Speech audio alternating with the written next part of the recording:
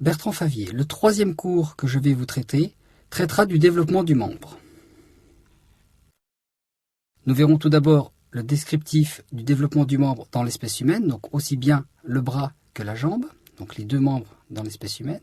Puis nous verrons la formation des axes, et là nous verrons donc des généralités sur la formation des membres de tous les tétrapodes, aussi bien l'homme que d'autres animaux. Une troisième partie, plus courte, verra la morphogénèse et l'évolution, enfin certains aspects de la morphogénèse et de l'évolution qui sous-tendent des points intéressants du développement du membre de l'homme. En avant-propos, des vues en photographie de microscope à balayage d'un embryon de poulet. Pourquoi l'embryon de poulet? Parce qu'il est très accessible à l'expérimentation. Il suffit d'incuber un œuf, d'ouvrir la coquille et on peut observer un embryon de poulet. Et il s'agit ici du membre supérieur, ou plutôt du membre antérieur du poulet, c'est-à-dire de son aile. Alors vous voyez des numéros de stade, stage en anglais, 19 à 24 et plus sur les diapositives d'après. Il s'agit en fait des stades dans un atlas du développement embryonnaire du poulet. Ne retenez pas ces numéros, ces stades sont là pour signer les durées de développement embryonnaire qui dépendent bien sûr de la température à laquelle l'œuf est incubé. Donc ne retenez pas ces numéros de stade. On est grosso modo entre 2 jours et 2 jours et demi d'incubation sur les 18-19 jours d'incubation d'un œuf de poule. Au stade 19, donc la première cartouche, vous voyez sur la gauche le flanc de l'embryon, sur la droite les sommites de l'embryon, donc son dos, et pointé par la flèche, un petit renflement qui commence à apparaître sur le flanc de l'embryon. La tête de l'embryon est en haut, la queue est en bas. Cette flèche pointe donc sur ce petit renflement qui apparaît donc au niveau des lames latérales, du début des lames latérales, et qui va signer le premier bourgeon de membre, ici du bourgeon de l'aile. Au fur et à mesure que les stades avancent, la croissance de l'embryon progresse, et nous voyons ce bourgeon du membre prendre peu à peu une certaine dimension. Au stade 24, tout en bas à droite, nous voyons que l'embryon, plutôt nous devinons que l'embryon a une forme qui est légèrement aplatie à son extrémité. C'est la future zone qui formera les doigts, ou la main si ça avait été un homme, mais là il s'agit d'un embryon de poulet, donc les doigts de cet embryon. Voici le développement qui se poursuit. Sur ces diapositives, nous voyons que dans les stages 25-26, la zone qui préfigure la zone des doigts devient de plus en plus large. Au stade 28, il devient évident qu'il y a 3 angles sur cette zone large. Il s'agit donc de la partie distale qui formera les doigts, et chez l'embryon de poulet, il y a 3 doigts, d'où les 3 reliefs que l'on voit sur cette zone un peu polygonale. Une deuxième chose que l'on observe, c'est une sorte de séparation entre la partie distale, qui est la future main, d'une zone plus médiane qui sera l'équivalent de l'avant-bras, et puis une zone encore plus proximale, l'équivalent du bras. Mais là encore, je donnerai les termes exacts, et parce qu'il s'agit d'un terme d'embryon de poulet, qui sont normalement les termes exacts, autopode, zygopode, stylopode, nous les reverrons dans un instant. Donc on voit donc apparaître au fur et à mesure que le développement se poursuit, une séparation de ces 3 segments du membre. Au stade 29, cela devient de plus en plus évident. Au stade 30, en fait, vous allez voir même apparaître des silhouettes des doigts, puisque vous devinez que entre les zones qui préfigurent les doigts, il y a des creux qui apparaissent, qui signent la première individualisation des doigts. Avec les stades 31 à 36, le développement du membre se termine. On voit ici que les doigts vont complètement s'individualiser, et cette individualisation résulte de 2 phénomènes, une croissance plus grande au niveau des futures zones des doigts, ce qui est montré par exemple par la petite flèche blanche au stade 34, au milieu à droite, et aussi par une mort cellulaire programmée qui va réduire les chairs entre les doigts. Enfin, on remarque effectivement qu'il s'agit ici d'un embryon de poulet, puisque dès le stade 33, là où sont les petites flèches blanches, on voit apparaître les ébauches des plumes. À propos des 3 termes que je vous avais donnés tout à l'heure, stylopode, zygopode et autopode, juste un petit rappel d'anatomie. Plutôt que de dire premier segment d'un membre, deuxième segment d'un membre ou zone de la main ou du pied, je vais utiliser ces termes qui déterminent à quel segment on a affaire, que ce soit un membre antérieur ou postérieur, quand on parle d'un animal tétrapode, ou que ce soit le membre supérieur ou inférieur quand on parle de l'homme. Dans tous les cas, on y appellera ces segments le stylopode. Stylopode correspond donc chez l'homme par exemple soit à la jambe, soit au bras, donc au segment qui abrite le fémur ou l'humérus. Le zeugopode, alors zeugos en grec veut dire deux, ça peut aider pour retenir qu'il est à la fois le deuxième segment du membre et aussi parce qu'il abrite deux os qui sont radius ulna quand il s'agit de l'avant-bras ou tibia fibula quand il s'agit de la partie de la jambe. Et puis enfin, il y a l'autopode qui couvre soit le pied, soit la main, sous-entendu carpe et métacarpe et doigts, ou tarse et métatarse et les doigts de pied. Alors les termes basipode, métapode et acropode, ils sont mentionnés sur ce schéma, je ne les utiliserai pas dans le cadre du cours, ne les retenez pas. Enfin, en ce qui concerne les noms des os du carpe ou du tarse, ne les retenez pas non plus, ils ne font pas l'objet de ce cours-là, vous les verrez en anatomie. Donc, la première partie du cours va consister à décrire le développement du membre dans l'espèce humaine. L'embryon de l'homme va être daté à partir du jour de la fécondation et le bourgeon du membre va commencer à apparaître à partir de la 4e semaine. En fait, exactement à 24 jours pour le membre supérieur et à 28 jours pour le membre inférieur, vont apparaître un petit renflement de l'ectoderme qui correspond à la première diapositive que l'on avait vue sur l'embryon de poulet. C'est l'apparition de la crête apicale ectodermique, crête apicale qui sera définie dans la partie ultérieure du cours. Donc, ce premier renflement d'ectoderme apparaît donc à 24 jours chez l'homme pour le bras de l'homme et à 28 jours pour le membre inférieur pour la jambe. À la 5e semaine, qui correspond au dessin numéro A sur cette diapositive, vous voyez que les bourgeons ont déjà commencé à grandir. Ces bourgeons ne sont pas tout à fait au même stade. On voit que le développement du membre supérieur est légèrement en avance sur le bourgeon du membre inférieur. Cet écart de croissance va se poursuivre pendant plusieurs semaines et ce n'est que dans les stades terminaux que l'écart sera comblé. Sinon, pendant toute la mise en place du développement du membre, il y aura toujours un écart entre le membre supérieur et le membre inférieur. Chez les autres animaux, il y aura toujours l'écart entre le membre antérieur et le membre postérieur de la même façon. À 5 semaines, ce qui correspond aux cartouches B de cette diapositive, on voit déjà individualiser l'autopode et le zeugopode. Cela est évident sur le niveau du bras, puisqu'on voit qu'il y a un rétrécissement entre ces deux zones. Cela se voit aussi au niveau du membre inférieur. On voit aussi, comme pour l'embryon de poulet, que la partie distale, le futur autopode, la future main, a un aspect polygonal. Alors, vous êtes obligé de me croire, mais elle a aussi un aspect plus aplati dans le sens perpendiculaire à la diapositive. Et c'est un polygone qui est légèrement aplati, alors que la partie du zeugopode est plus cylindrique. Cette partie polygonale présente 5 angles qui préfigurent les futurs doigts qui vont apparaître à ces endroits-là. À 6 semaines, stade qui n'est pas représenté sur cette diapositive, eh bien, la croissance du bourgeon du membre se poursuit. Le bourgeon du membre est donc toujours présent sur le côté latéral de l'embryon, un à droite, un à gauche. L'individualisation des doigts va se poursuivre et deviendra de plus en plus évidente. Et on dit généralement, pour fixer une date, qu'au 38e jour, les 3 segments stylopode, autopode et zeugopode sont parfaitement individualisés.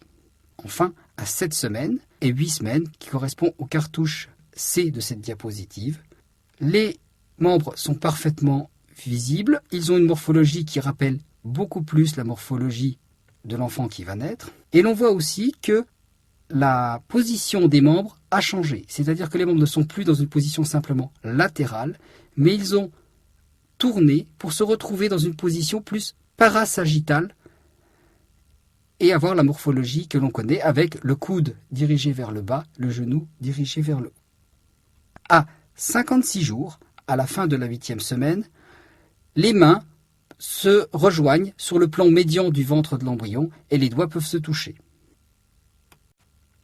À l'intérieur du bourgeon du membre va se faire l'ossification, enfin d'abord la présence de cartilages qui deviendront ensuite les os du membre du bourgeon. Donc à l'intérieur de ce bourgeon, on va voir des cellules qui vont se condenser et former petit à petit un cartilage. Cette ébauche de cartilage, en fait, c'est simplement des cellules du mésenchyme du bourgeon qui se deviennent de plus en plus denses et qui se mettent à sécréter des protéines de la matrice extracellulaire caractéristiques du cartilage, telles que le collagène 2 ou des protéoglycanes. Alors, ne retenez pas collagène 2 ou protéoglycanes, vous les verrez ou pas en cours de biologie cellulaire. Simplement, c'est le signe que des cellules du mésenchyme du bourgeon, donc celles qui sont au milieu du bourgeon, se condensent et se différencient petit à petit en cartilage.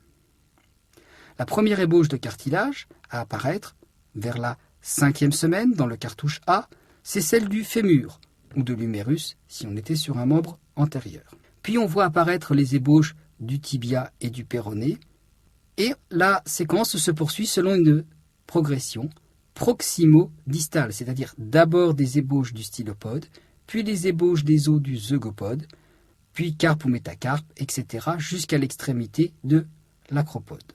En ce qui concerne les os de la ceinture, leur origine est un petit peu plus compliquée. On les voit apparaître grosso modo en même temps que le stylopode. Donc les os de la ceinture, il s'agit de pubis, ilion, puis ensuite l'ichion, ou de la scapula pour le membre antérieur de l'homme, supérieur de l'homme.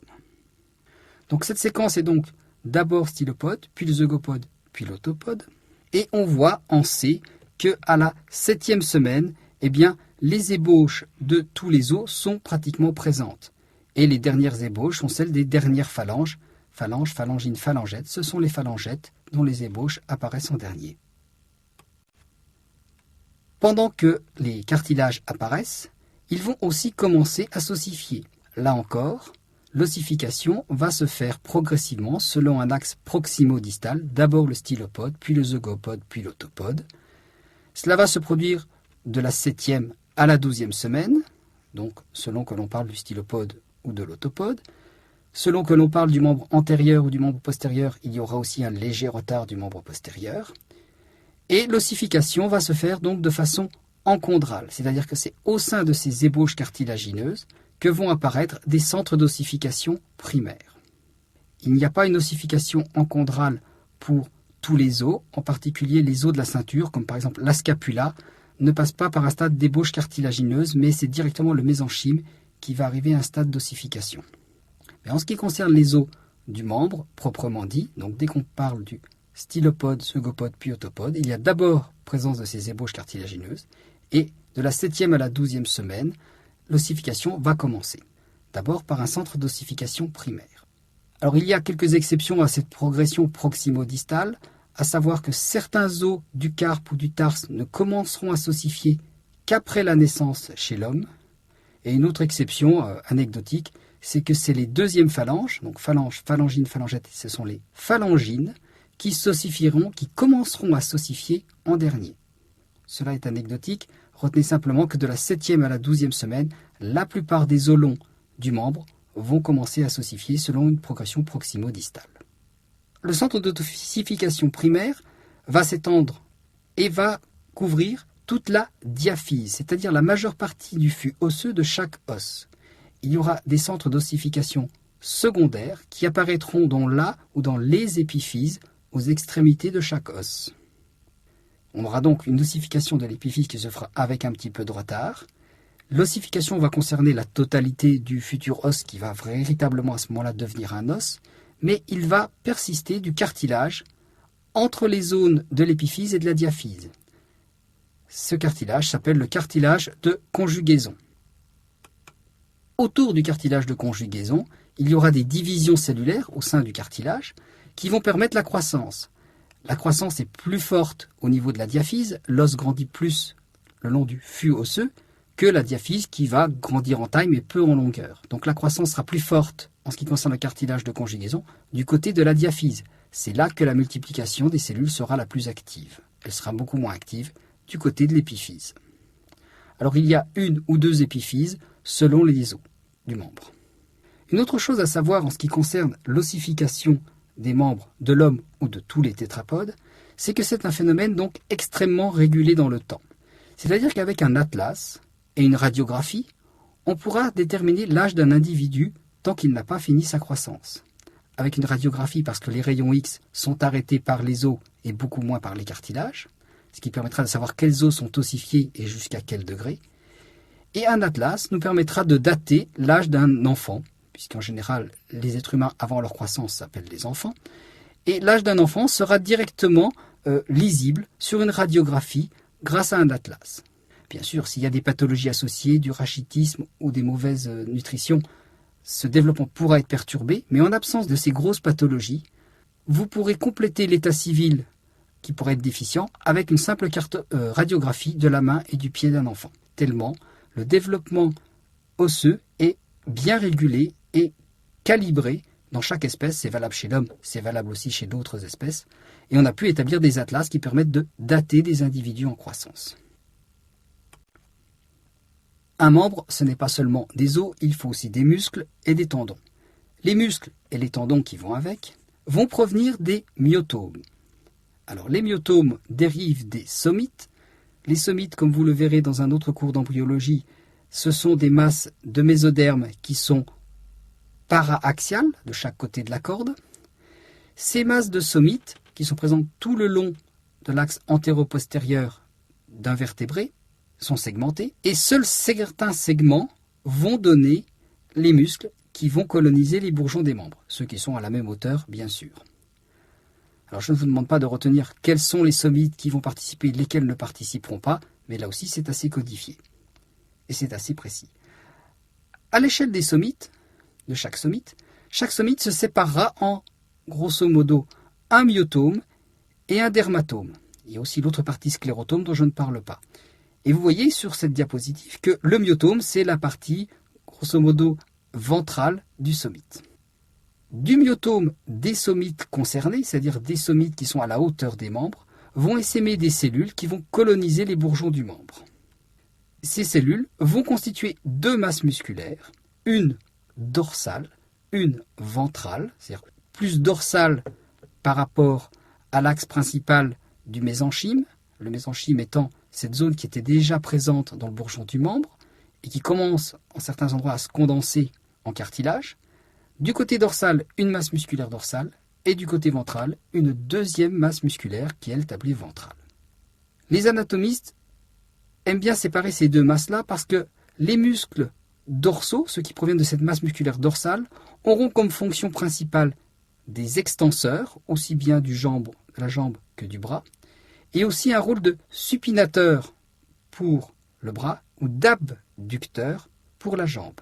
A l'inverse, la masse musculaire ventrale donnera principalement les muscles fléchisseurs de la jambe ou du bras et les muscles pronateurs du bras et les muscles adducteurs de la jambe. Cette disposition n'est pas si simple que ça, car il va y avoir une rotation des muscles et des membres entre la 6e et la 8e semaine. Ce qui va quelque peu compliquer la disposition des masses qui étaient originellement ventrales ou dorsales et qui va, avec d'autres mouvements, amener la disposition des muscles telle qu'on la connaît chez l'adulte. Cette rotation des membres a lieu donc entre la 6e et la 8e semaine. Sur la cartouche A, vous avez un embryon, grosso modo vers la 5e ou 6e semaine. Le membre est donc du côté latéral. Et je vous ai dit qu'après, les membres vont passer du côté parasagittal. Alors regardons ce qui se passe pour le membre inférieur, ce qui sera le plus simple pour l'instant à comprendre. On en voit la face palmaire, c'est-à-dire la paume du pied, dans la cartouche A. Le membre pousse grosso modo sur le côté latéral. Sur le cartouche B, c'est toujours à peu près cette même situation, mais on voit commencer à apparaître le genou, la pliure du genou. Or, la pliure du genou ne se trouve pas du côté dorsal de l'embryon. Elle va basculer quand le membre va commencer à tourner, et la pliure du genou va arriver du côté supérieur, du côté antérieur, pour avoir la position que l'on aurait sur un embryon qui serait normalement assis. Cette rotation se poursuit, de sorte que le genou maintenant est bien vers le haut, avec l'ouverture du genou vers le bas, et que les pieds, on va les voir sur l'autre côté quand on regarde l'embryon de face. Sur le cartouche B, vous voyez que les pouces sont toujours extérieurs, on voit toujours la face palmaire du pied, et quand la rotation est terminée, sur cette vue qui est en apparence vue du même angle, une vue ventrale, on voit maintenant la face dorsale du pied qui a fini de tourner. En ce qui concerne le membre supérieur, là encore, dans le cartouche A, on voit le pouce en haut, on voit la paume de la main, et il y a une rotation du membre qui présente le coude pour que l'articulation du coude soit dirigée vers le bas, la position que l'on a normalement. À ce moment-là, les pouces vont être, là encore, du côté extérieur et avec la pliure du coude du côté inférieur. Et dans la cartouche C, on voit que l'embryon a toujours les coudes dirigés vers le bas, mais que les avant-bras se sont retournés et il nous présente maintenant la face dorsale de ses mains avec les pouces au niveau médial et au niveau central. Il y a donc une certaine différence entre la rotation du côté des membres inférieurs et du côté des membres supérieurs. Cette rotation, elle est effectivement dans le sens opposé, puisque l'articulation entre stylopode et zygopode, c'est-à-dire coude ou genou, elle va se retrouver du côté opposé, avec le coude vers le bas et les genoux vers le haut. Mais il y a quelque chose de plus compliqué au niveau de l'avant-bras, puisqu'il y a un mouvement de plus opposé en ce qui concerne le zygopode pour redresser la main. Nous allons voir dans la diapositive suivante pourquoi cette situation est si différente entre les deux membres. En fait, lorsqu'on s'intéresse à tous les vertébrés, principalement aux tétrapodes, on pense que nos membres dérivent d'un membre horizontal qui partait sur le côté de l'embryon. Ce qui est montré en A, un membre horizontal qui est purement hypothétique, on n'a pas d'animaux ou de fossiles qui étayent cette théorie. Mais le membre, c'est donc parfaitement horizontal et dans l'axe dorso-ventral du corps. En fait, ce que l'on a de façon évidente, c'est un membre transversal qui est présent chez les amphibiens et chez tous les reptiles, les ancêtres des mammifères.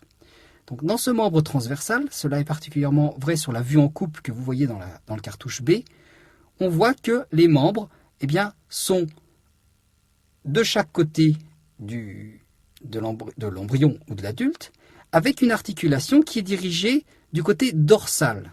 Le dorsal est en haut sur ce dessin d'un tétrapode. Donc, vous voyez l'articulation entre H l'humérus et R le radius, qui correspondrait à notre coude. Si vous voulez imaginer un animal qui se déplace de cette façon, imaginez ce que vous avez vu chaque fois que vous avez vu un crocodile dans un film animalier en train de se déplacer, ou un lézard. Vous avez ce style de locomotion. C'est la même chose pour une salamandre. Donc, un animal qui marche à quatre pattes avec les articulations du coude ou du genou qui sont dirigées du côté dorsal. Chez les mammifères, le membre devient parasagittal, ce qui permet une économie notable d'énergie pour se déplacer. Il va donc y avoir une rotation des membres qui sera nécessaire. Alors, le membre parasagittal, vous l'avez illustré dans le cartouche C, ça permet une station dressée beaucoup plus efficace. On peut bloquer les articulations du genou ou du coude pour économiser de l'énergie. Mais cela pose quelques petits problèmes de mécanique. Voyons au niveau du cartouche D l'explication. En A, vous avez un membre transversal classique. Quand on va avoir un membre que l'on va rapprocher du plan sagittal, donc un membre parasagittal, on va faire la rotation qui est marquée dans le cartouche D petit b. Et cette rotation se fait, c'est montré de façon évidente, c'est celle dont je vous ai parlé dans la diapositive précédente pour l'homme, de façon à ramener l'articulation du genou vers l'avant ou vers la partie supérieure chez l'homme, et l'articulation du coude vers l'arrière ou vers le bas chez l'homme. Tout serait parfait, sauf que pour la locomotion d'un tétrapode, avoir les mains disposées comme ceci n'est pas pratique. Donc l'évolution va sélectionner un autre mouvement qui va être ce qu'on appelle le croisement des os du zygopode au niveau antérieur, qu'on appelle la pronation. Ce croisement permet de remettre la main ou l'autopode du membre antérieur dans une position similaire à celle du pied. C'est la position normale qu'ont par exemple un animal qui se déplace à quatre pattes comme un chat ou une vache. L'homme a gardé une possibilité de décroiser ce zygopode, ce qu'on appelle le mouvement de supination. À ce moment-là, quand on fait ce mouvement de supination, nos avant-bras tournent et la paume de la main retourne face à la partie redevient supérieure. Alors que quand on est en position de pronation, la paume de la main est dirigée vers le bas quand on parle de l'homme.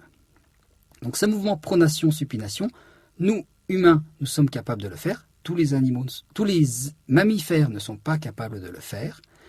Et dans le développement embryonnaire que l'on a vu à la diapositive précédente, l'embryon était d'abord en supination et le mouvement de pronation se fait durant le développement embryonnaire pour qu'il y ait une position de repos qui soit la position avec paume vers le bas.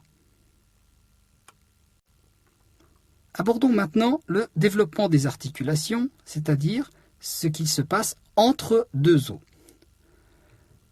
On a vu que le mésenchyme qui constitue le bourgeon du membre se condense en certains endroits en futurs cartilages.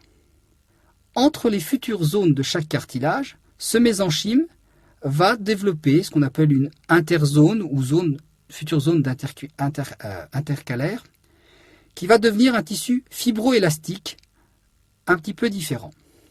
Ce tissu fibroélastique va très vite se scinder en 3 zones. 2 zones de cartilage articulaire, donc qui vont rester en continuité avec le cartilage de chaque ébauche, et une zone centrale, donc où le tissu fibroélastique va devenir de plus en plus dense en tant que tissu conjonctif, puis se creuser de cavités. Une fois ces cavités mises ensemble, elles donneront la cavité synoviale. Le reste du tissu conjonctif dense va donner d'une part des structures intra-articulaires qui sont les ménisques et les ligaments intra-articulaires. Ce n'est pas valable pour toutes les articulations, mais l'articulation la plus illustrative, c'est celle qu'il y a entre le fémur et le tibia, de ce point de vue-là, où là il y a des ménisques et des ligaments intra-articulaires.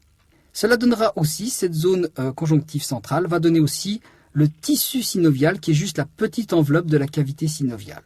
Mais attention, ce tissu synovial va être doublé d'une beaucoup plus épaisse capsule articulaire, qui, elle, cette capsule articulaire, dérive du mésenchyme qui était autour des interzones. Donc qui ne dérive pas des premières ébauches de cartilage ni de ces zones intermédiaires, mais qui dérive du mésenchyme qui était juste autour de ces zones-là. Et c'est lui qui va donner la capsule articulaire qui correspond à la majeure partie de l'épaisseur d'une articulation. Donc il y aura juste, doublant cette capsule articulaire à l'intérieur, un léger tissu synovial qui enveloppe la cavité synoviale. Après cette partie descriptive centrée principalement sur le développement embryonnaire de l'homme, je vais maintenant parler de la formation des axes dans le membre. Et nous verrons au cours de cet exposé comment se décide la croissance et l'orientation du bourgeon du membre jusqu'à ce qu'on arrive à avoir des doigts qui soient bien individualisés. Tout d'abord, prenons nos points de repère. Sur le schéma de gauche, vous avez la tête de l'embryon qui est en haut du dessin et le bas de l'embryon, ou la partie caudale sur un embryon tétrapode, qui est en bas. Imaginons que nous avons une vue dorsale, que l'embryon nous tourne le dos. On a donc, sur le bourgeon du membre, déjà 2 axes. Un axe antéro-postérieur, si on imagine qu'il s'agit d'un développement pour l'homme d'un membre supérieur, le côté antérieur est le futur côté du pouce, et le côté postérieur de l'auriculaire. Nous avons un côté dorso-ventral qui correspond d'abord au côté dorsal de l'embryon et au côté ventral de l'embryon, mais au fur et à mesure que le bourgeon grandit, le bout de ce bourgeon correspond à la main, et on aura le côté dorsal de la main qui correspond au côté dorsal de l'embryon, et le côté palmaire de la main qui correspond au côté ventral de l'embryon, en absence de toute rotation dont je vous ai parlé auparavant. Donc, tant que le bourgeon grandit, on parle d'axe dorso-ventral au tout début, puis d'axe dorso-palmaire quand on parlera de la main qui pourra éventuellement s'être réorienté dans l'espace. Le troisième axe, eh bien, ce sera l'axe proximo-distal. Le côté proximal, c'est la partie du bourgeon qui est la plus proche du tronc, et le côté distal, celle qui correspond à l'extrémité. Au sein de ce bourgeon du membre, lorsqu'il commence à se mettre en place, on va distinguer plusieurs zones qui vous sont montrées dans la partie droite du dessin. Nous avons les différentes zones du bourgeon du membre qui vont nous intéresser dans l'exposé. En bleu, des dérivés ectodermiques. En rouge, des dérivés mésodermiques. Donc l'ectoderme qui enveloppe l'embryon enveloppe aussi le bourgeon du membre et il va présenter une zone renflée, épaissie, qu'on appelle la crête apicale ectodermique.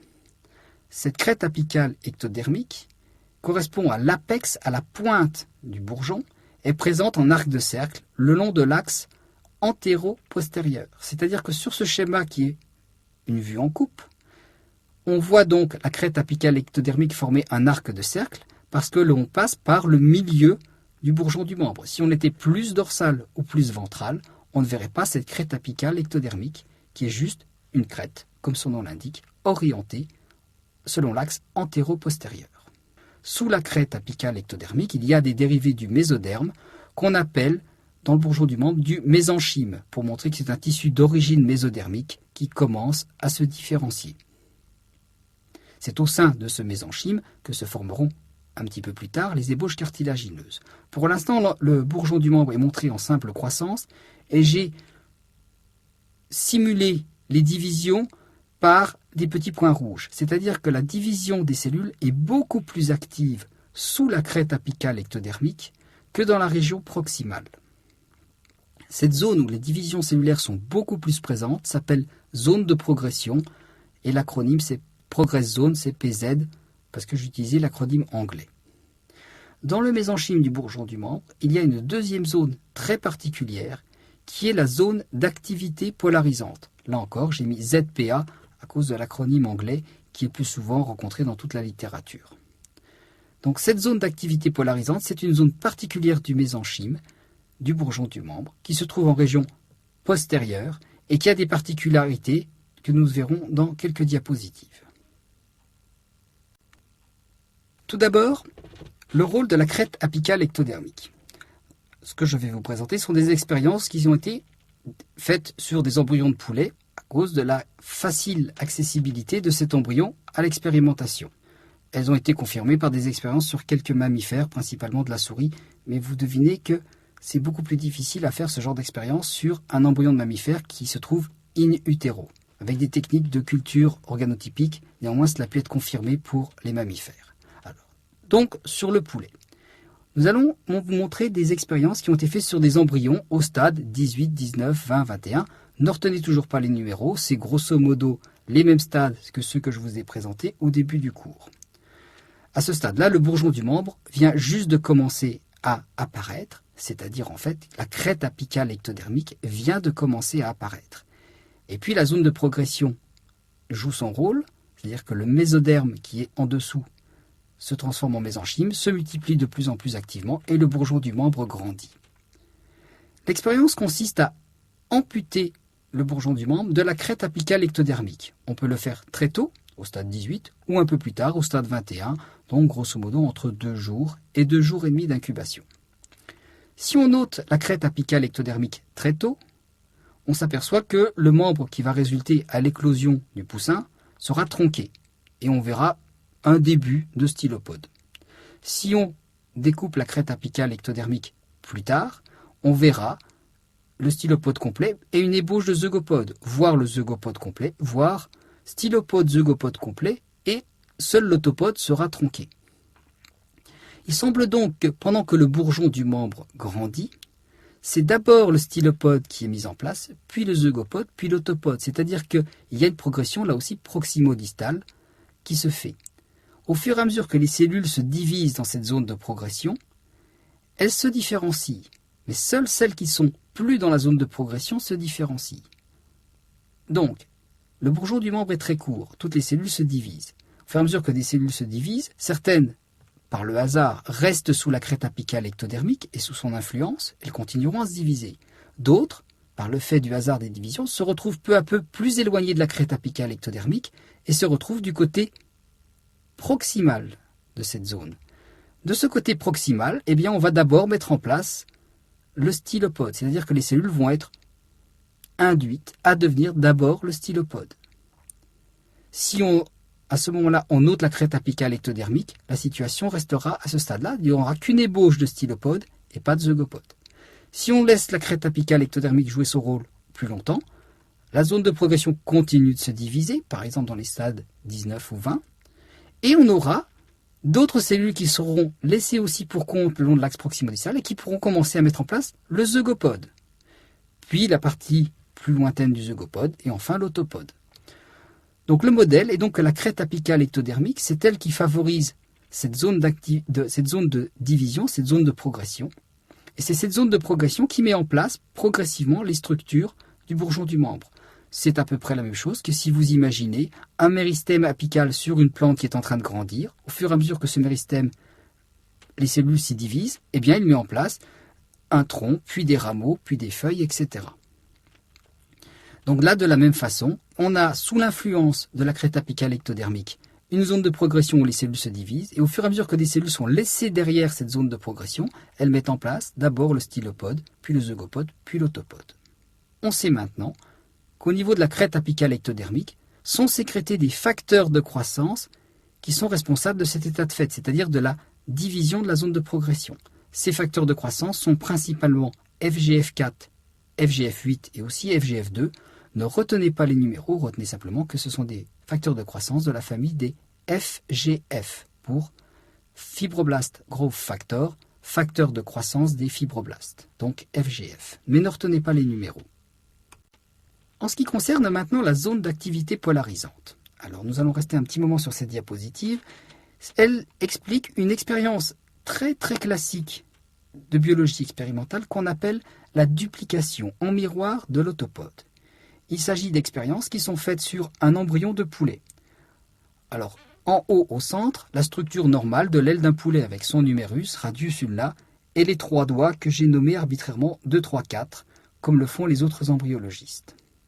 L'expérience 1 consiste à prélever une partie du mésenchyme du bourgeon du membre, à un stade entre 2 et 3 jours, donc un peu plus tardivement, on est plutôt entre 2,5 et 3 jours. Sur ce bourgeon de membre, on prélève la zone d'activité polarisante, en fait on prélève la zone postérieure du mésenchyme du bourgeon du membre. Cette zone postérieure est greffée de façon ectopique, c'est-à-dire dans un autre endroit, sur un embryon receveur de même stade, donc un embryon de même stade, un bourgeon de membre, sur lequel on va le greffer en région antérieure. Cette greffe de la zone postérieure en région antérieure va donner l'image qui vous est montrée en bas, un membre qui est presque normal au niveau stylopode-zygopode, mais qui au niveau de l'autopode va présenter des malformations, un petit peu au niveau du carpe, on ne les voit pas, et surtout au niveau des doigts, avec un patron, vous voyez que les doigts sont, d'après leur morphologie, des doigts 4, puis 3, puis 2, puis encore 3 et 4. Donc on a une duplication dite en miroir. Alors selon l'intensité, la taille du morceau qui a été greffé, selon le stade où on intervient, la duplication est plus ou moins complète. Des fois, on a même les 2 doigts numéro 2. Donc 4, 3, 2, 2, 3, 4, et non pas un seul doigt 2 comme sur le dessin. Mais le résultat est toujours du même ordre, cette duplication en miroir de l'autopode. Une autre expérience classique qui peut aussi être programmée dans des exercices de travaux pratiques de niveau avancé, peut être faite, qui consiste à couper, sectionner le bourgeon du membre, le faire tourner de 180 degrés pour le greffer, donc côté postérieur du côté antérieur. On refixe le bourgeon du membre avec des aiguilles de platine, un métal inerte, et on obtient le même résultat. Dans les deux cas, ces expériences ont été interprétées par l'existence d'une zone d'activité polarisante. Juste étymologiquement, cette zone de mésenchyme a une activité que l'on disait polarisante, celle qui polarise l'autopode, qui est responsable dans l'embryon normal du fait qu'on a des doigts 2 en région antérieure et des doigts de forme 4 en région postérieure. Et quand on en met un deuxième centre d'activité polarisante en région antérieure, eh bien on a cette duplication. Alors, l'expérience 1, on a greffé une deuxième ZPA sur le bourgeon du membre. L'expérience 2, si le trait de coupure du coup de ciseau passe au milieu de la ZPA normale, quand on tourne le moignon avant de le regreffer, eh bien on a de l'activité polarisante des deux côtés, antérieur et postérieur. Donc même interprétation. Bien sûr, au-delà de cette expérience, il s'agit de savoir pourquoi cela marche ainsi. On a pensé qu'il y avait dans la zone d'activité polarisante un morphogène. Donc morphogène, une substance qui est responsable de la morphogénèse, ici des doigts, et qui agit selon un gradient de concentration.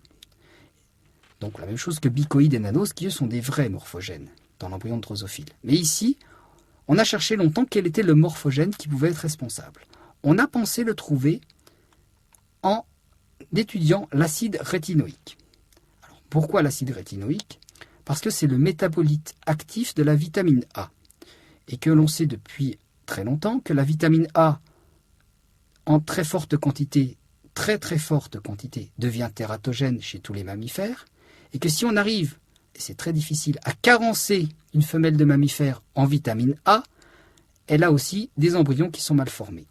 Donc il n'était pas surprenant que l'on étudie la vitamine A dans le contexte de cette expérience.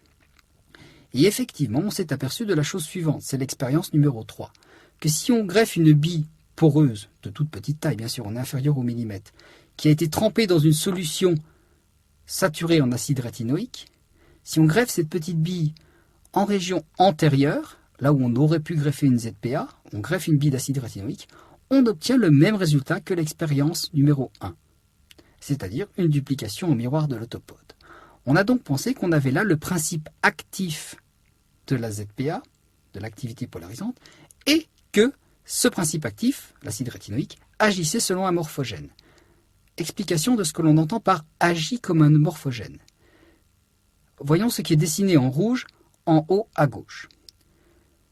On pensait que l'on aurait un gradient de concentration selon l'axe antéro-postérieur du bourgeon du membre. C'est-à-dire que du côté postérieur, du côté de la ZPA, il y aurait, c'est du conditionnel, beaucoup d'acide rétinoïque, et que du côté antérieur du bourgeon du membre, il y aurait peu d'acide rétinoïque.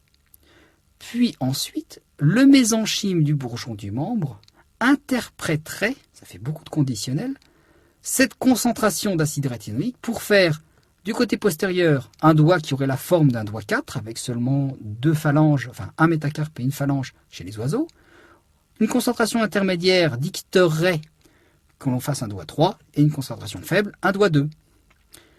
En ce qui concerne les situations expérimentales des expériences 1, 2 et 3, eh bien, en greffant une bille d'acide rétinoïque ou en greffant une ZPA de façon ectopique en région antérieure, on créerait un deuxième gradient d'acide rétinoïque, c'est toujours du conditionnel, et on aurait un profil de concentration qui aurait un profil en U, avec une forte concentration aux extrémités antérieures et postérieures, des doigts 4, et des concentrations faibles uniquement au milieu, là où il y aura le doigt 2. Donc ça, c'est qu'une hypothèse parce que il se pose 2 problèmes. Le premier problème, c'est que on n'a jamais réussi à mettre en évidence d'acide rétinoïque en concentration plus forte du côté de la ZPA, du côté postérieur, que du côté antérieur du bourgeon du membre. D'accord, un bourgeon de membre est extrêmement petit, même sur un poulet, c'est très petit. Mais on a des techniques d'analyse très fines en HPLC qui nous permettraient de le détecter s'il devait y en avoir un petit peu plus. Il y a eu un échec de ce point de vue-là. On n'a pas réussi à détecter de concentration d'acide rétinoïque. Ensuite, la deuxième chose, il faudrait savoir comment est interprété ce gradient d'acide rétinoïque et surtout comment l'acide rétinoïque pourrait être produit d'un côté et détruit de l'autre pour qu'on ait en état stationnaire un gradient de concentration. On n'a pas ces mécanismes-là, on ne les connaît pas. Et en cherchant à expliquer, toujours à comprendre comment pouvait agir l'acide rétinoïque, les chercheurs sont tombés sur un gène qu'on appelle sonic hedgehog.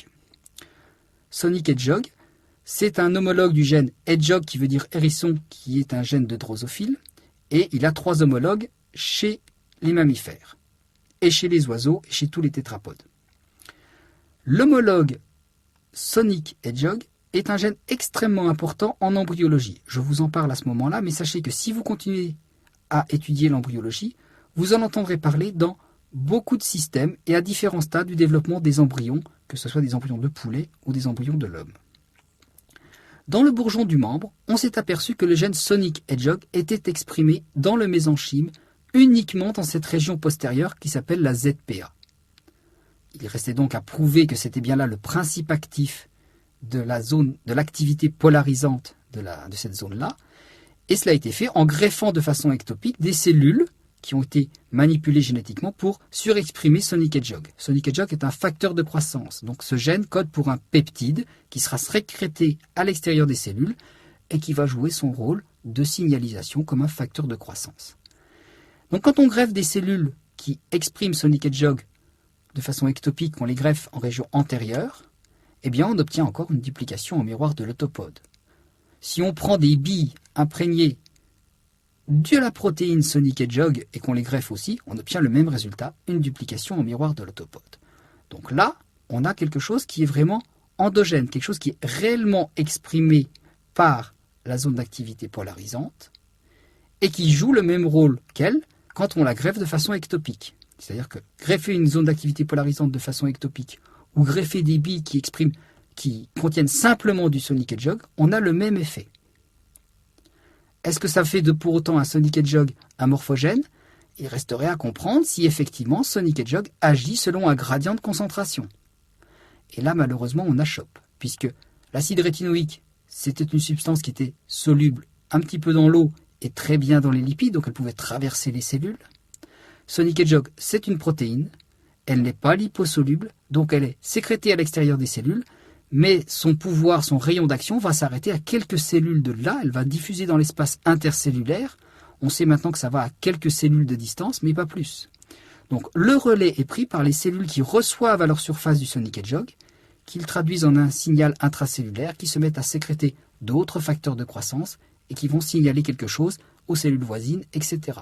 Donc sonic hedgehog, c'est le principe actif de la zone d'activité polarisante, mais il n'agit pas comme un morphogène. Il ne forme pas un joli gradient homogène entre la région postérieure et antérieure. Il agit comme facteur de croissance en stimulant les cellules qui sont aux alentours.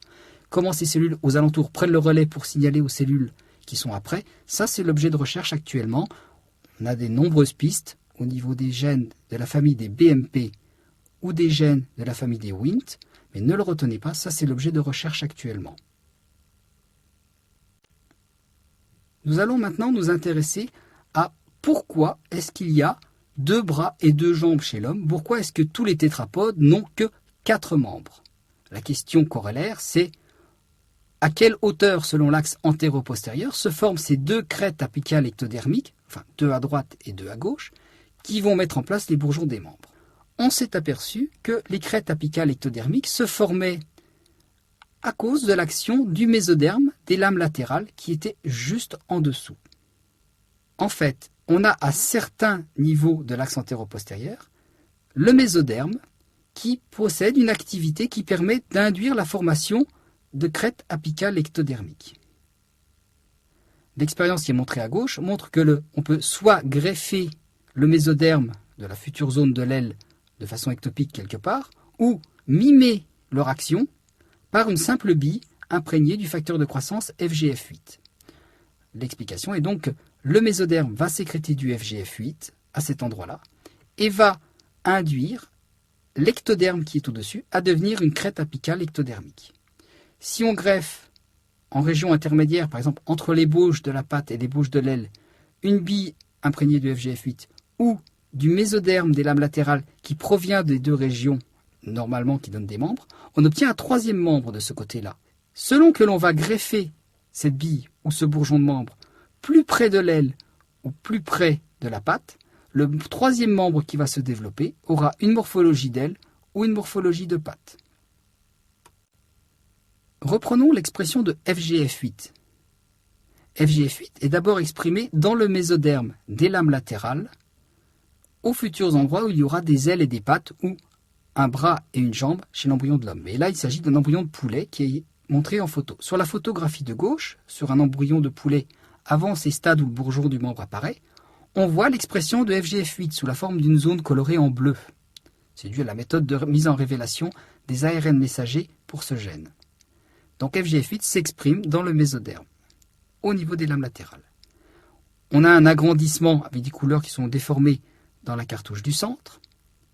Et sur un embryon qui est un stade un peu plus tardif, où on voit que le bourgeon du membre a déjà commencé à grandir, eh bien, on voit qu'il n'y a plus dans le mésoderme d'expression de FGF8. En fait, le mésoderme des lames latérales s'est divisé et s'est mis dans le bourgeon du membre sous l'influence de la crête apicale ectodermique. Et cette crête apicale ectodermique exprime non seulement FGF4, FGF2, ce que je vous avais dit, et aussi FGF8. Et on voit ici l'expression de FGF8 dans cette crête apicale ectodermique.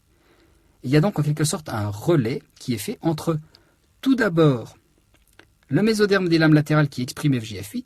Sous l'action de celui-ci, on a formation de la crête apicale ectodermique. Puis la crête apicale ectodermique sécrète à son tour du FGF8 et puis d'autres FGF pour favoriser la croissance de la zone de progression. Il nous reste un dernier axe à déterminer. C'est l'axe dorso-ventral. Donc ici, nous avons un dessin d'embryon qui est vue en coupe transversale, avec le dos en haut du schéma et le ventre en bas du schéma.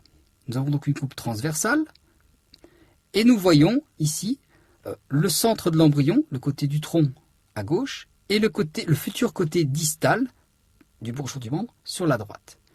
Dans la première cartouche, on a simplement donc des FGF, principalement FGF8 et puis un autre aussi, qui sont sécrétés par ce mésoderme des lames latérales. Sous l'action de ce mésoderme des lames latérales, l'ectoderme va former la crête apicale ectodermique, qui prend la forme d'un croissant orienté selon l'axe antéro-postérieur. Donc comme là nous sommes dans une coupe transversale, nous n'en voyons qu'une section de cette crête apicale ectodermique, donc pas un arc de cercle, mais juste un rond. Cette crête apicale ectodermique prend le relais, sécrète des FGF8, FGF4, FGF2, d'autres FGF, et va permettre la mise en place de cette zone de progression faite de cellules du mésoderme des lames latérales. Donc une première parenthèse que je dois faire ici, c'est que les cellules qui vont constituer le mésenchyme du bourgeon du membre proviennent des lames latérales. Et ces cellules vont donner tous les os du membre. C'est un petit peu après que des cellules qui viennent non pas des lames latérales, mais des somites, et plus principalement du myotome des somites, va coloniser ce bourgeon et donnera les muscles dorsaux, les muscles ventraux et les tendons qui vont avec. Le problème de cette diapositive, une fois qu'on a fait ce bref état des lieux, c'est de vous montrer comment on va déterminer dans le bourgeon du membre la zone dorsale de la zone ventrale. Donc comment va se mettre en place la polarité dorso-ventrale de ce bourgeon du membre. La première étape se fait dans le cartouche du milieu, où on va avoir l'expression d'un facteur de transcription qui s'appelle NGRAILD 1. NGRAILD, comme celui que nous avons vu sur la drosophile lorsque nous avons parlé de l'axe antéro-postérieur. Il s'agit de l'homologue de NGRAILD, de son homologue numéro 1, donc qui s'appelle EN1. C'est un gène qui code pour une protéine qui est un facteur de transcription, donc une protéine qui va aller dans les noyaux et réguler d'autres gènes. Et NGRAIL1 est exprimé par l'ectoderme, principalement au niveau ventral. Mais la frontière n'est pas spécialement nette entre qu'est-ce qu'on appelle ventral ou dorsal. Les cellules qui expriment NGRAIL1 sont dans l'incapacité, à cause de la répression qui est faite par NGRAIL1, d'exprimer un autre gène qui s'appelle Wnt7a. Wnt, ça vient de wingless, l'homologue du gène, donc Wnt7a, c'est un homologue du gène wingless de la drosophile que nous avons rencontré dans les mêmes circonstances qu'NGRAILD. Wnt7a va être, à un moment donné, activé lui aussi dans l'ectoderme, mais il ne sera activé que dans l'ectoderme dorsal, parce que, au niveau ventral, les cellules qui expriment déjà NGRAIL1 ne peuvent pas exprimer Wnt7a. Réciproquement, il y a un autre mécanisme qui fait que des cellules qui expriment Wnt7a ne peuvent pas exprimer le gène NGRAIL1. Ce mécanisme n'est pas aussi direct, mais il existe aussi. Donc, nous allons avoir progressivement une régionalisation qui va se faire avec des zones qui expriment Wnt7a et une zone qui exprime NGRAIL1.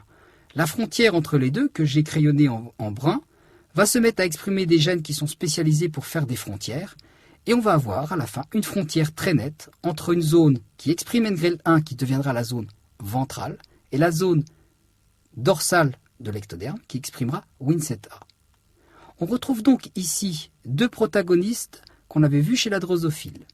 C'est-à-dire que chez la drosophile, wingless et NGRAIL1 étaient des gènes de polarité de segments et qui permettaient de mettre en place des frontières très nettes entre les parasegments de la drosophile. Et on avait chaque cellule qui exprimait à la frontière soit wingless, soit NGRAILD, rien d'intermédiaire, et on avait une frontière nette qui était finalement établie. Eh bien, vous avez l'illustration ici du caractère bricolage de l'évolution. La nature ou l'évolution a réutilisé des gènes homologues, légèrement transformés, et non seulement ces deux gènes, mais toutes les boucles de régulation qui vont avec, pour mettre en place, dans l'ectoderme du bourgeon du membre, une frontière entre la zone ventrale et la zone dorsale. Et il y aura des gènes spécialisés dans cette frontière qui vont s'exprimer au niveau de la crête pour bien déterminer cette frontière, le mécanisme, et certains de ces gènes sont même en commun avec la cascade correspondante de la drosophile. On obtient donc un bourgeon du membre dont l'ectoderme, et pour l'instant que l'ectoderme, est régionalisé selon un axe dorso-ventral. Sous l'action de Wnt7a, on sait que le mésenchyme qui est en dessous va se mettre à exprimer le gène LMX1. C'est un des gènes, c'est le plus connu, c'est le premier qu'on a découvert, qui est un marqueur du mésoderme ou du mésenchyme dorsal du bourgeon du membre. On rencontre donc l'expression de LMX1 uniquement du côté dorsal dans le mésenchyme, mais pas du côté ventral. Pourquoi? Parce que Wnt, qui est un facteur sécrété, active dans les cellules qui sont sous-jacentes dans le bourgeon l'expression du gène LMX1 qui est un gène facteur de transcription. Et il y a d'autres mécanismes qui font que, en dessous de l'ectoderme ventral, qui exprime NGREL1, eh bien, il n'y a pas expression de LMX1. LMX1 sera réprimé de façon constitutive dans le mésoderme ventral. Alors il y a LMX1, puis il y aura ensuite d'autres gènes qui feront qu'on aura du côté dorsal, eh bien, principalement des muscles extenseurs, et du côté ventral, principalement des muscles fléchisseurs, et que la morphologie des zones sera différente entre le côté dorsal et ventral. On a comme preuve expérimentale assez illustrative de cet état de choses des souris dans lesquelles on a inactivé le gène Wnt. Sur ces souris dont le gène Wnt a été inactivé, les bourgeons du membre se développent normalement, des pattes vont se développer, mais elles n'auront pas de structure dorsale. On va donc rencontrer dans les bourgeons, dans les membres de ces souris-là, des muscles uniquement ayant une morphologie de muscles fléchisseurs, aussi bien du côté normal ventral que du côté dorsal. Donc absence de structure extenseur. Sur ces souris qui sont donc privées du gène Wnt, dans lequel on a détruit le gène Wnt, on va voir aussi des coussinets plantaires des deux côtés de la patte. Les coussinets plantaires sont normalement des structures de type ventral. On en verra des deux côtés. Preuve que Wnt est bien un déterminant nécessaire pour mettre en place des structures dorsales.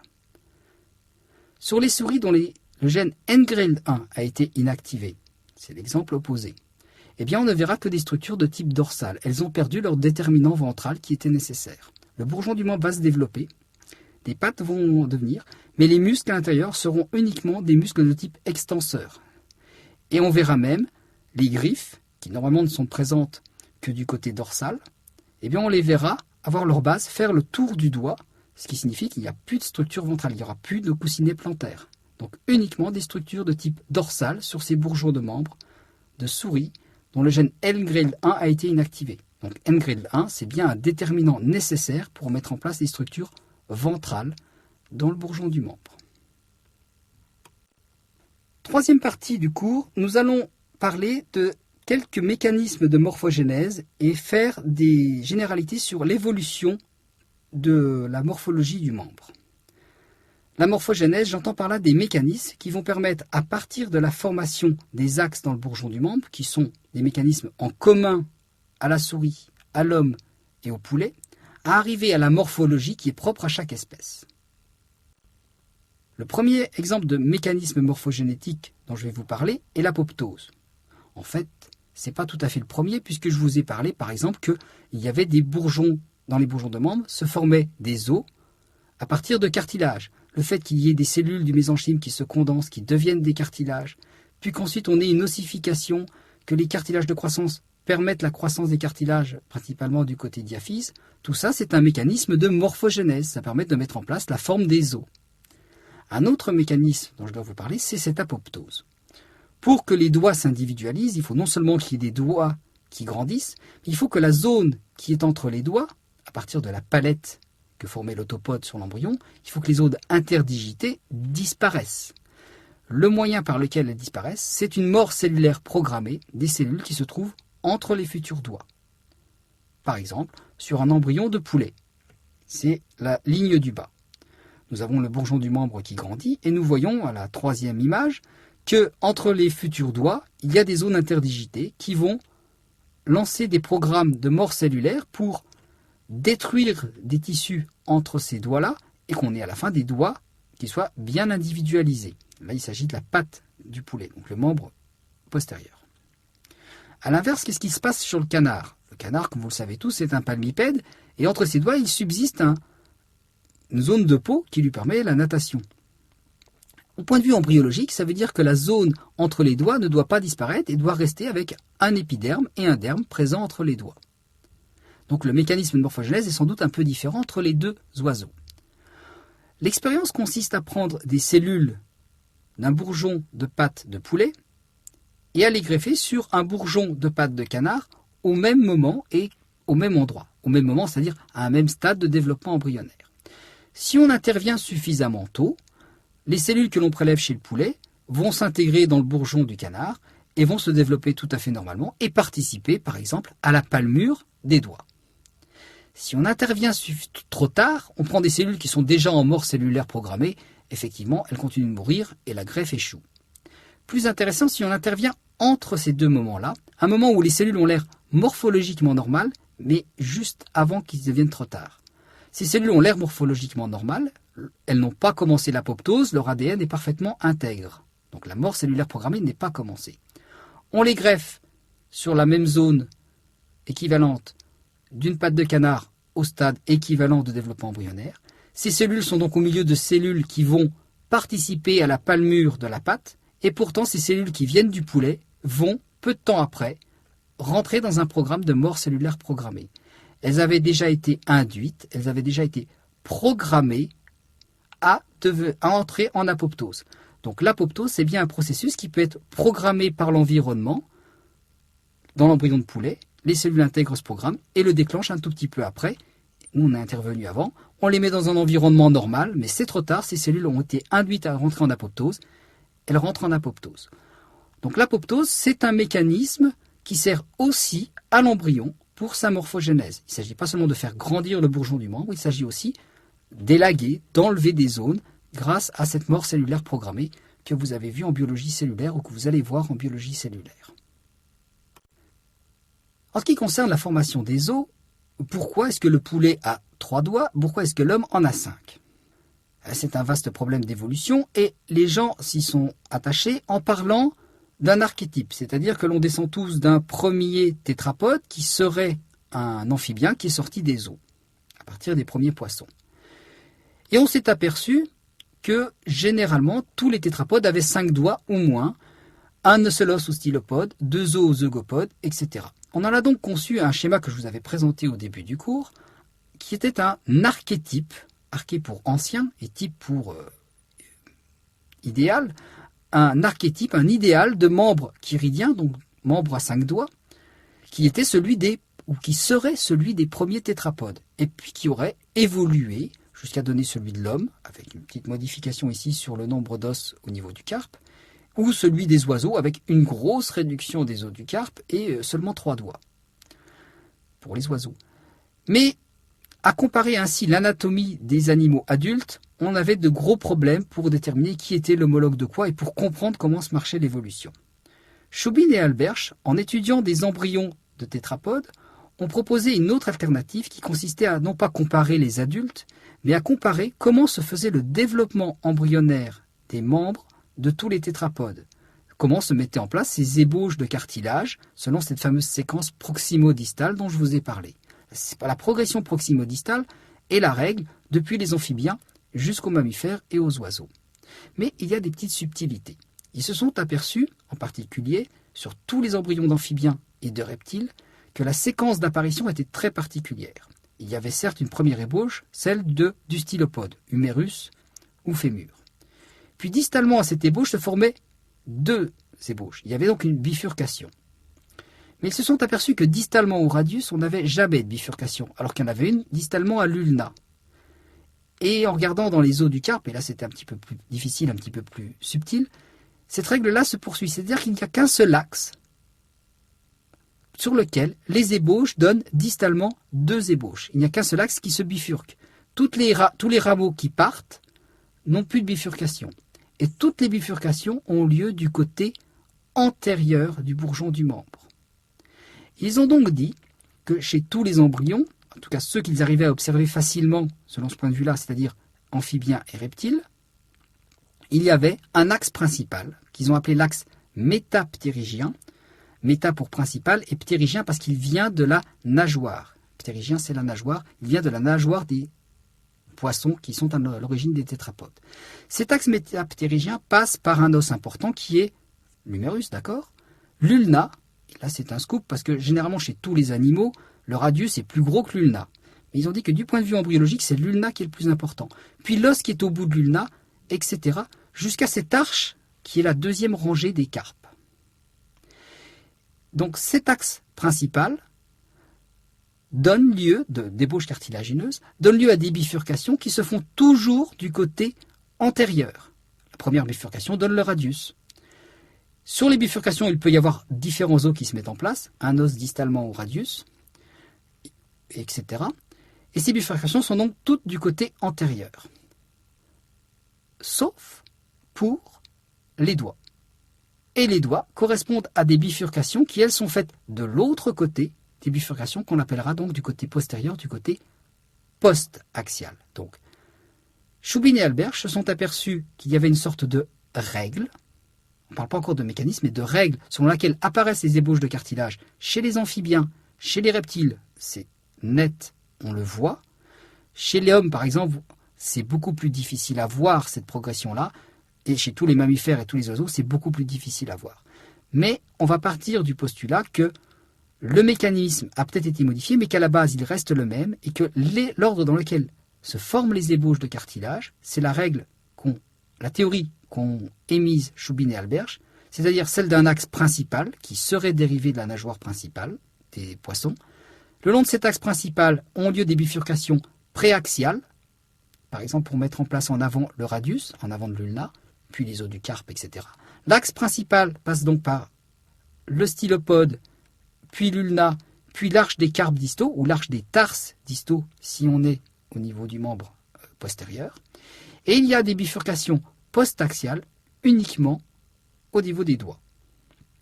Cette origine embryologique différente des doigts, qui a été première fois mise en exergue par Shubin et Albert, nous la retrouvons dans quelques diapositives. Donc vous avez cette évolution qui est remontrée sur le cartouche de droite, à savoir chez Eusthénoptéron, c'est un poisson osseux qui serait à l'origine des tétrapodes. Ne retenez pas le nom d'Eusthénoptéron, c'est pas la peine. L'axe principal était encore droit, dans cette nageoire qui commençait déjà à lui servir d'appui sur les fonds des eaux peu profondes. Et cet axe a été modifié pour donner l'axe des tétrapodes, qui eux ont développé des doigts d'un côté et les bifurcations préaxiales de l'autre. Cet axe a été complètement modifié. Il ne faut pas rechercher la nageoire de Sténoptéron. Ce n'est pas la forme de la nageoire des poissons classiques que l'on retrouvera par exemple dans notre assiette, comme Danio rerio, qui est le poisson zèbre, ou comme la truite ou le saumon que vous pourriez avoir dans votre assiette. Donc, les poissons osseux, l'immense majorité des poissons osseux que l'on connaît actuellement, ont eux aussi évolué à partir d'un poisson primitif. Et le poisson primitif, dont un exemple approchant, c'est ce Eusthénoptéron, dont il ne faut pas retenir le nom, eh bien, chez ce poisson primitif, l'axe a été modifié pour donner cet axe métaptérygien dont on parlait Shubin et Albert. En ce qui concerne ces doigts, il y a une chose qui effectivement est complètement différente dans la formation des doigts entre la formation des doigts et la formation des rayons qui sont dans les nageoires des poissons. En A, dans cette diapositive, vous avez la formation de tous les os du membre d'un tétrapode, avec la crête apicale ectodermique, la zone de progression qui met en place progressivement stylopode, zygopode et autopode. En rouge est souligné l'axe métaptérygien d'après la théorie de Shubin et Albert. Tous ces os-là ont une origine endosquelettique, c'est-à-dire que c'est d'abord du cartilage, puis ensuite de l'os.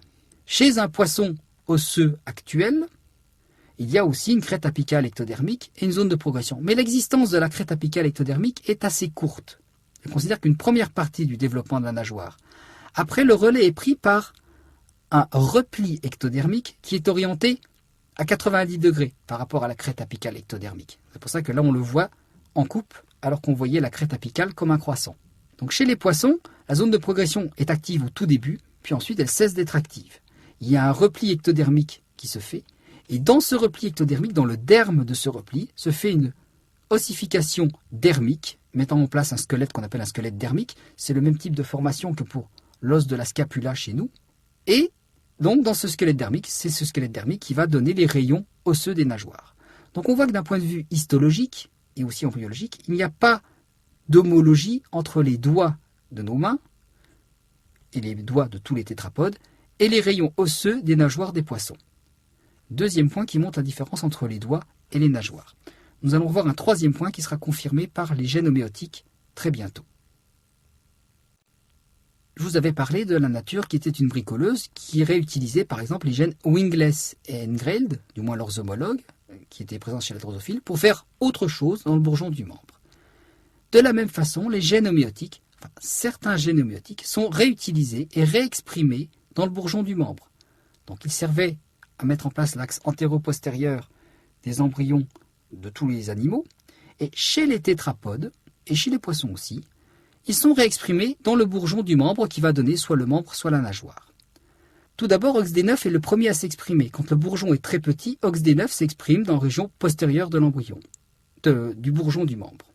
Au fur et à mesure que le bourgeon du membre grandit, le domaine d'OXD9 couvre pratiquement tout le bourgeon du membre. C'est ce qui vous est montré dans la diapositive avec la couleur jaune, puis rouge, puis brune, puis marron. En fait, toutes ces zones-là correspondent à de l'expression de OXD9. OXD10, par contre, s'exprime un tout petit peu plus tardivement dans le bourgeon du membre. Et au fur et à mesure que le bourgeon du membre grandit, le domaine d'expression de OXD10 ne couvre qu'un sous-ensemble du domaine de OXD9.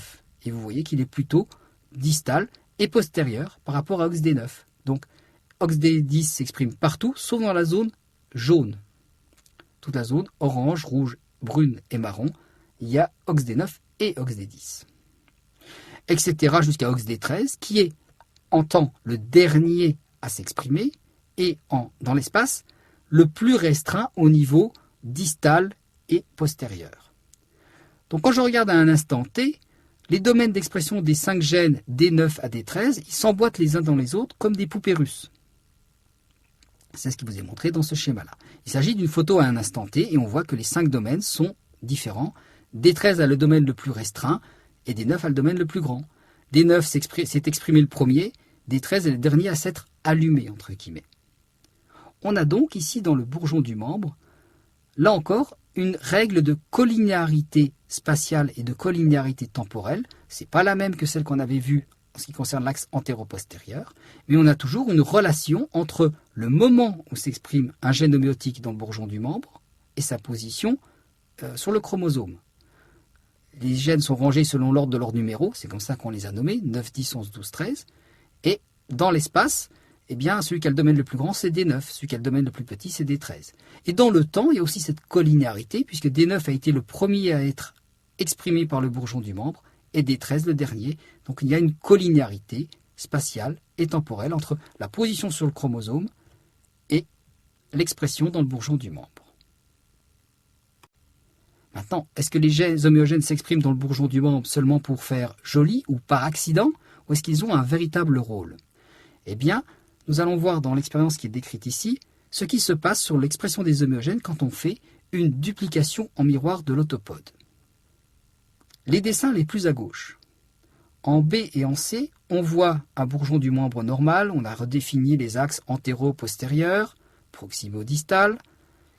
Et en C, on vous montre qu'on va greffer une bille imprégnée d'acide rétinoïque à la concentration indiquée et qui n'est pas à retenir, qu'on greffe cette bille en région antérieure du bourgeon du membre. Vu ce que je vous ai dit, vous savez ce que l'on va obtenir. Ce que l'on obtient, c'est ce qui est dans la partie de droite du dessin. C'est-à-dire que pour l'embryon qui n'a pas été opéré, on obtient un membre normal à la naissance avec un numérus, radius ulna, et un autopode normal avec 3 doigts nommés ici 2, 3, 4. Et sur le membre qui a été opéré, on obtient à la naissance du poussin un stylopode zygopode à peu près normal et un autopode qui a été dupliqué en miroir. Voilà ce que l'on sait de la duplication en miroir de l'autopode. Qu'en est-il de l'expression des gènes homéotiques? Donc l'expérience a été faite de la même façon, mais au lieu d'attendre que le poussin éclose, on a prélevé l'embryon, on a tué l'embryon quelques jours après l'expérience pour voir où s'exprimaient les gènes homéotiques. Sur l'embryon non opéré, c'est la ligne du milieu, on voit le domaine de OXD13 qui est plus petit que celui de D12, plus petit que D11, que D10 et que D9. D'ailleurs, le domaine de D9 est tellement grand qu'il couvre pratiquement tout le bourgeon du membre.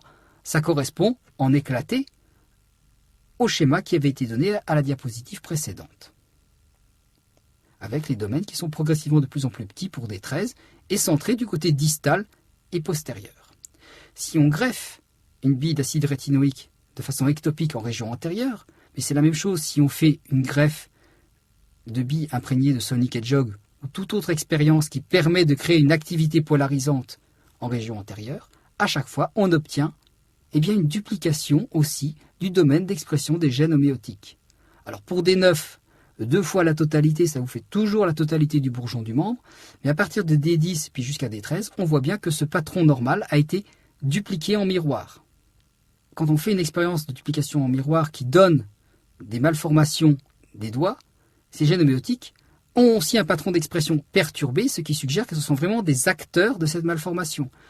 Ils participent à la morphogénèse normale des doigts ou anormale des doigts dans le cas d'expériences d'embryologie comme celle-ci.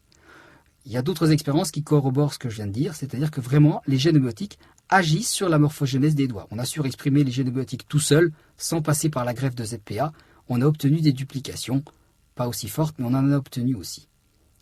Donc les gènes homéotiques participent à la morphogénèse des doigts. Ça veut dire que entre le moment où les axes sont définis par exemple, l'existence de cette zone d'activité polarisante ou de la crête apicale ectodermique, et le moment final, à la naissance de l'embryon, où on obtient des doigts qui sont ce qu'ils doivent être, c'est-à-dire 3 doigts pour un poulet ou 5 doigts pour l'homme, les gènes homéotiques sont activés et jouent un rôle. Le pourquoi du comment de ce rôle, on ne connaît pas tout. C'est l'objet de recherche. Mais on a déjà une idée de choses qui sont très différentes dans les gènes homéotiques entre ce qui se passe chez un poisson et ce qui se passe chez un tétrapode. Le poisson, ici, ce sera le poisson zèbre, qui est le modèle en embryologie des poissons osseux, et le tétrapode, ce sera la souris, Mus musculus, un autre modèle en génétique et en embryologie. Regardons de gauche vers la droite ce qui se passe. Tout d'abord, chez le poisson zèbre, un bourgeon de membre très jeune, OXA11 et OXD11, s'expriment dans le bourgeon du membre. Alors, le domaine n'est pas le même pour un gène et pour l'autre. Les différences ne vous intéressent pas, c'est juste une illustration, ne les apprenez pas exactement par cœur. Mais on voit que grosso modo, les domaines sont centrés plutôt distalement et plutôt postérieurement. Donc là, ça veut dire que sur ce dessin-là, je ne l'ai pas orienté, mais les bourgeons sont vus avec le côté postérieur à droite et le côté antérieur à gauche. Et puis l'axe proximo-distal, vous avez deviné, proximal en bas, distal en haut. Laissons ces embryons grandir avec les bourgeons des nageoires grandir. La crête apicale disparaît sur un poisson et on voit apparaître le repli ectodermique qui met en place les rayons osseux. Qu'en est-il de la partie mésenchymateuse où il y avait l'expression des gènes homéotiques? Eh bien, on voit que les gènes homéotiques sont bien exprimés dans la partie mésenchymateuse et vont participer à la formation des pièces basales des nageoires des poissons. Fin de l'histoire en ce qui concerne le poisson. En ce qui concerne la souris, sur un bourgeon jeune, alors là, l'orientation, on a le côté postérieur en bas, le côté antérieur en haut, et proximal à gauche, distal à droite. On voit les domaines d'expression de A11 et D11 qui là ont l'air fort similaires et centrés postérieurement et distalement. Ce que je vous avais dit jusque-là. Quand on voit un stade d'embryon qui est un petit peu plus tardif, là, il y a quelque chose qui est tout à fait nouveau. On ne suit plus cette fameuse règle de collinarité spatiale et temporelle. Parce qu'il y a une sorte de zone, distalement, dans le bourgeon du membre, qui se comporte de façon différente. Cette zone distale, c'est celle qui va mettre en place l'autopode, donc quelques carpes, mais surtout les métacarpes et les doigts. Et dans cette zone distale, eh bien, certains gènes homéotiques ne s'expriment pas, par exemple A11, et d'autres, comme D11, s'expriment dans un deuxième domaine. L'interprétation de ceci, c'est que la règle de collinarité spatiale temporelle dont je vous avais parlé il y a 2 ou 3 diapositives, s'applique pour ces régions que l'on a en commun avec les poissons. Ça correspond aussi, selon la théorie de Chubin, au segment où il y a des bifurcations préaxiales. Là, les gènes homéotiques jouent le rôle que je vous ai dit et participent à la morphogénèse et on a des bifurcations préaxiales. En ce qui concerne la morphogénèse des doigts, c'est quelque chose de tout à fait nouveau entre les poissons et les tétrapodes. C'est quelque chose de propre aux tétrapodes.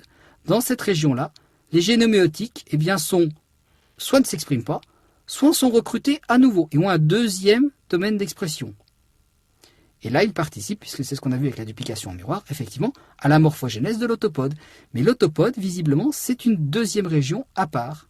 Dans le bourgeon du membre, c'est une région à part, puisqu'elle n'est pas propre embryologiquement, elle n'est pas commune aux poissons. On y recrute les gènes homéotiques, enfin que certains, dans un deuxième temps.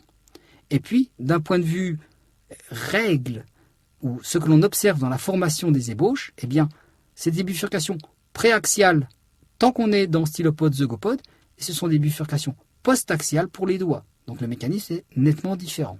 On ne connaît pas encore ce mécanisme complètement, mais on a beaucoup d'éléments qui nous disent qu'il est différent. Que se passe-t-il si on inactive un gène OX-D13 chez la souris? Alors, en ce qui concerne les numéros, on a vu que les OX A D9 à D13 étaient exprimés dans le bourgeon du membre. Il y a aussi les gènes OX A9 à A13, mais pas les autres. Donc, retenez simplement que quels sont les gènes qui s'expriment dans le bourgeon du membre? Ce sont des gènes, certains gènes homéotiques, avec des gros numéros, donc des gènes postérieurs, selon l'axe antéro-postérieur. Donc, en l'occurrence, c'est A9 à A13 et D9 à D13. Mais si un jour je vous dis que c'est OXA1 qui s'exprime dans le bourgeon du membre, vous direz non, c'est faux, c'est plutôt les postérieurs. Mais ne retenez pas exactement les vrais numéros.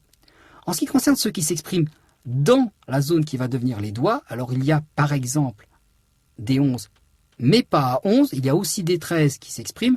Ne retenez pas lesquels s'expriment et lesquels ne s'expriment pas. Sachez simplement que tous ceux qui sont dans le bourgeon du membre ne s'expriment pas automatiquement dans l'autopode.